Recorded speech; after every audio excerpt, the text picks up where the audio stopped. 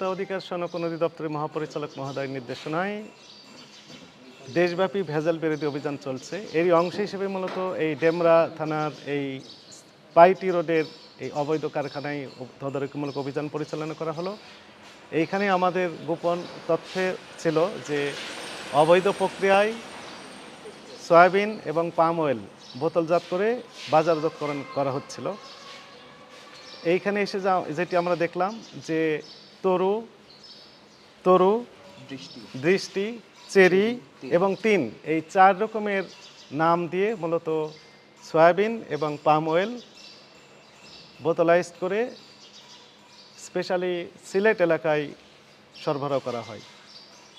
এইখানে যে সমস্যাটি সেটি হচ্ছে বিএসটিআইয়ের কোনো অনুমোদন নেই, অথচ বিএসটিআইয়ের যে ট্রেডমার্ক সেটি তারা ব্যবহার করছে, লোগো ব্যবহার করছে। আর একই সাথে আপনারা দেখতে পেলেন যে এখানে একটা ল্যাব থাকার কথা ছিল, সেই ল্যাবটাও আমরা এখানে দেখতে পেলাম না।